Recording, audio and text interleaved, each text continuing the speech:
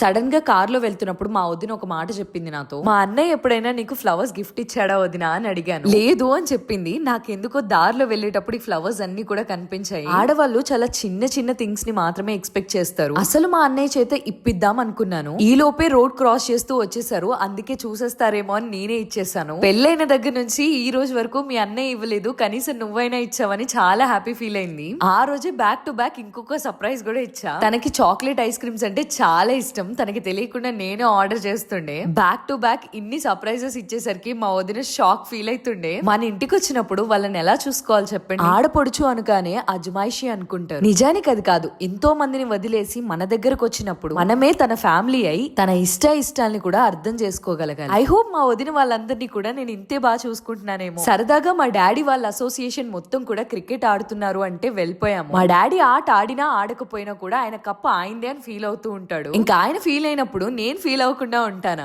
మా డాడీ ఎవరి టీమ్ లోనూ ఉండడు, కానీ అందరి టీమ్ ని సపోర్ట్ చేస్తారు. లాస్ట్ అండ్ ఫైనల్ గా వీళ్ళు ఓడిపోయారు వాళ్ళు ఓడిపోయారు అన్న మాట లేకుండా ఎవరు నెగ్గితే వాళ్ళతో కలిసి ఎంజాయ్ చేస్తారు. మ్యారేజెస్ సీజన్ లేని టైంలో ఫోటోగ్రఫీ అసోసియేషన్ మొత్తం కూడా క్రికెట్ టీమ్స్ గా డివైడ్ అయ్యి ఆడుతూ ఉంటారు. ఈసారి మా డాడీ రిటైర్ అయ్యి మా అన్నయ్యని పంపించాడు. ఇంకా మా అన్నయ్యకి ఆల్ ది బెస్ట్ చెప్పి బాగా ఆడమని చెప్పి మరి ఇంటికి వచ్చేసాము. See you in the next vlog.